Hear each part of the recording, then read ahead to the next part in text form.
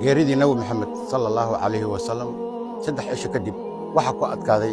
xanuunkii wuxuu markaasi joogay guriga maymuun radiyallahu anhu nabiga sallallahu alayhi wasallam wuxuu codsaday in xaasaskiisa idil loo yeero wayna imaadeen kadib wuxuu codsaday in uu joogo guriga Aisha radiyallahu anhu kadibna ayagoo dhan way ogolaadeen rasuulkeena subhanahu sallallahu alayhi wasallam ma awoodin in uu kaligiisa socdo sida darteed waxa garbaha ka galay laba nin oo asxaaba ah Ali bin Abi Talib radiyallahu anhu iyo Al-Fadl bin Abbas radiyallahu anhu asxaabada aad ayay ugu murgoodeen xaaladda uu ku sugnaa rasuulkeena subhanahu sallallahu alayhi wasallam Aisha waxay tiri qof ka dhidid badan uligay ma aan arkin rasuulkeena sallallahu alayhi wasallam xilligii uu xanuunsanaa waxay maqashay asagoo dhahayo laa ilaaha illa allah geeridu waxay leedahay sakraad iyo xanuun aad u far badan nabigeena subhanahu sallallahu alayhi wasallam markuu maqlay dadka masaajidka ku soo aruuraya codkooda markaas ayuu weydiiyay waxa dhacay kadib waxa loogu jawaabay dhammaan muslimiinta ku soo aruuray masjidka in ay ka walwalsan yihiin xanuunka rasuulka sallallahu alayhi wasallam marayo inkastoo uu aad u xanuunsanaa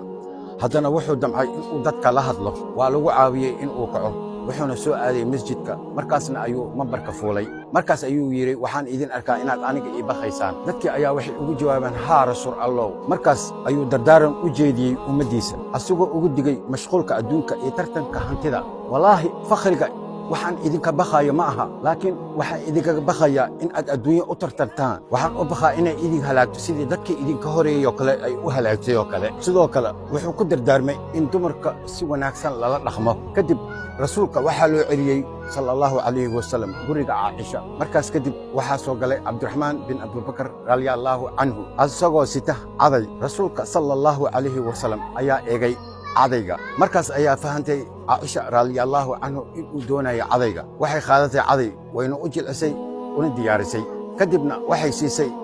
nabigeena subhanahu sallallahu alayhi wasallam cadaygii wax yar kadib waxaa timaaday gabadhii rasuulkeena sallallahu alayhi wasallam Faaduma radiyallahu anhu markay aragtay xanuunka aabaheedu ku dhacay aad bay u murugootay nabiga sallallahu alayhi wasallam ayaa u yeeray wuxuuna dhigteeda ugu sheegay markaasay oosay haddana mar kale ayuu wax kale u sheegay markaasay loola cadeysay markii dambe ayaa Aisha radiyallahu anha weydiisay rasuulka wuxuu u sheegay markii hore wuxuu ii sheegay in uu geeriyoon doono markaasna waan ooyay markii dambena wuxuu ii sheegay in aan naqan doono markaasna waan farxay maalintii isniinta rasuulkeena subhanahu sallallahu alayhi wasallam wuxuu ku geeriyooday Aisha laabteeda markii geeriisa la maqlay waxa muslimiinta qabatay murugo Ali radiyallahu anhu uu aamusi waayay geerida markuu maqlay Ismaan radiyallahu anhu asagana aad ayuu u argagaxay Umar bin Khattab seef ayuu la soo baxay wuxuuna diiday in uu rumaysto geerida rasuulkeena subhanahu sallallahu alayhi wasallam markaas ayuu yimid Abu Bakr as-Siddiq radiyallahu anhu wuxuu galay guriga wuxuuna dhunkaday rasuulkeena sallallahu alayhi wasallam asagoo leh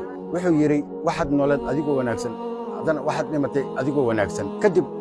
ayuu dadka u baxay wuxuu yiri kadib aayadan ayuu akhriyay وما محمد إلا رسول قد خلت من قبله الرسل أفإن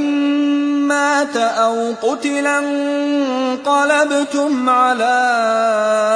أعقابكم ومن ينقلب على عقبيه فلن يضر الله شيئا وسيجزي الله الشاكرين عمر radiyallahu anhu markuu aayadan uu maqlay ayuu miirsaday wuxuuna yiri wallahi waxay ila ahayd in ay markaas soo degtay hatta ana og in aan hore u maqlay fadlan dhamaantiin hadii aad ka faa'iideysataan anigana ii faa'iideeyo waa inaad follow iyo share aad isoo dhahdaan waad mahadsantihiin